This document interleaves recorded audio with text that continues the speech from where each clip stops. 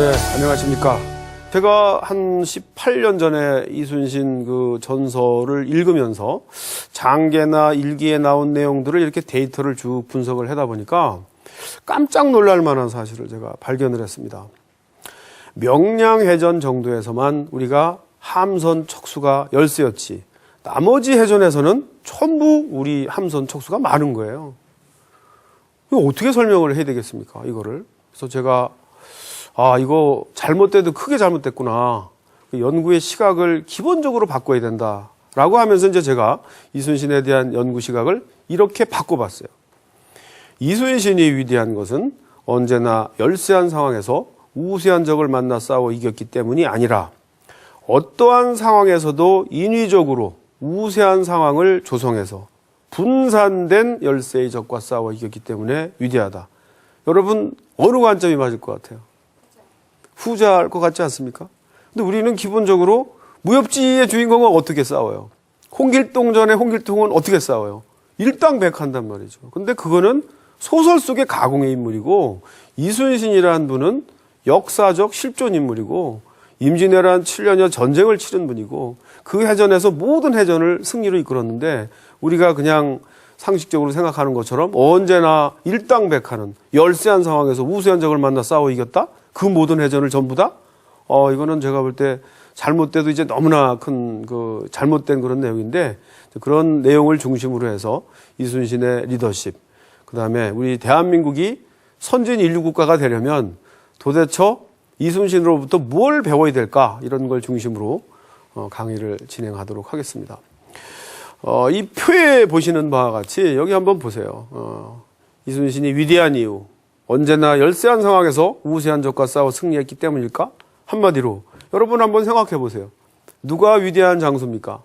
1대 10으로 싸워 이긴 장수가 훌륭한 위대한 장수입니까? 10대 1로 싸워 이긴 장수가 훌륭한 장수입니까? 이겼으면 다 훌륭한 거지 그게 무슨 관계가 있어? 이렇게 생각할 수도 있어요. 근데 제가 이제 이런 말씀을 드리는 거는 우리는 그냥 늘 생각에 소설 같은 무협지 같은 일당백하는 그런 리더를 요구하고 있는 건 아닐까. 그런데 이거는 사실이 아니라는 거죠. 그래서 제가 한 10여 년 전에 이런 내용들을 어느 세미나에 가서 발표를 했더니 어느 분이 벌떡 일어나면서 아니, 임 교수는 말이야, 사관학교에서 생도를 가르치는 사람들이 왜 이순신을 폄하하는 거야? 1대 10으로 싸워 이긴 게 훌륭한 거지. 10대 1로 싸워 이긴다 그러면 나도 이기겠네. 그게 뭐가 훌륭한 거야? 황당하죠, 좀. 언뜻 들으면 맞는 것 같아요. 우리나라 사람들이 되게 누가 얘기하면 잘 안 믿고요. 꼭 경전을 동원을 해야 믿는데, 그럼 경전 한번 보죠, 자, 여기 한번 손자병법에 나오는 얘기인데, 훌륭한 장수의 조건, 손자병법 균형편에 나온 얘기입니다. 고지, 소위, 선전자는 승어 이승자여라. 이런 구절이 있어요. 제가 해석은 안 해놨는데, 옛날에 이른바 싸움을 잘하는 자는 이게 아주 중요합니다. 이 시울이 바꿀력 두 가지 뜻이 있는데요. 우선 시울 이자입니다. 쉬운 승리에서 승리하는 자이다. 진짜 싸움을 잘하는 자는 쉬운 승리에서 승리하는 자래요. 여러분 1대 10이 쉬운 승리입니까? 10대 1이 쉬운 승리입니까? 당연히 10대 1, 100대 1의 상황을 만들어 놓고 싸우는 게 쉬운 승리죠.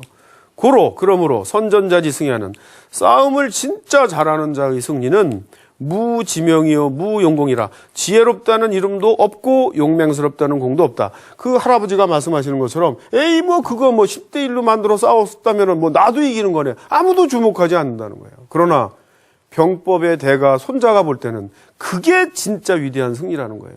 보통 사람들은 보통 결과만 가지고 얘기하는데 어떻게 했길래 저 리더는 싸우기 직전까지 저렇게 우세한 상황을 만들었을까? 여러분 이게 리더가 고민해야 될 것이고 만들어야 하는 상황이거든요. 이순신은 언제나 열세한 상황에서 우세한 적을 만나 무협지 주인공처럼 싸워 이긴 분이 아니고 어떤 상황에서도 인위적으로 우세한 상황을 조성해서 싸우신 분이란 말이죠. 이순신이란 분 우리가 생각하는 거하고 다릅니다. 이분 굉장히 철두철미한 분이고요. 지는 전투 절대 하지 않습니다. 질 것 같은 전투에 나가라고 그러면 그게 임금의 명령이라 하더라도 거절한 분이 이순신입니다. 우리가 알고 있는 이순신하고 전혀 다르지 않습니까? 여러분 정유년 2월 달에 이분이 삼도 수군 통제사 한 5년 동안 하시다가 파직이 되는데 그 파직의 이유가 뭐냐? 아까 지난 시간에 말씀드린 것처럼 빨리 부산 쪽으로 출동해서 가등청정이 잡아라. 이게 임금 선조의 밀명이에요. 명령입니다. 이걸 거절했어요. 왜? 뭐 자세하게는 제가 설명을 여기서 못 드리겠지만 그 당시 가등청정이를 잡으러 부산포로 공격하는 것은 마치 화약을 쥐고 불에 뛰어드는 것 같은 위험한 상황이다. 왜? 거기를 부산을 가려면 거기 이제 여러분 그 부산 근방에 가덕도, 뭐 안골포, 웅천 이런 그 외성들이 있는데 이 수로를 통과를 해야 돼. 얘네들을 제거를 안 하고 부산으로 공격해 갔을 때 얘네들이 나와서 뒤를 이렇게 포위를 하면 완전히 도간에 든 쥐가 되고요.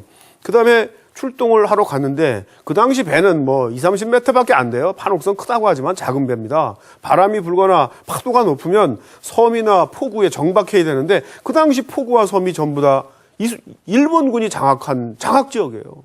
이렇게 위험한 상황이기 때문에 안 간 거거든요. 결과는 어떻게 됐어요? 파직됐죠. 다시 통제사가 된 원균은 7천량에서 전멸에 가까운 패배를 당하고.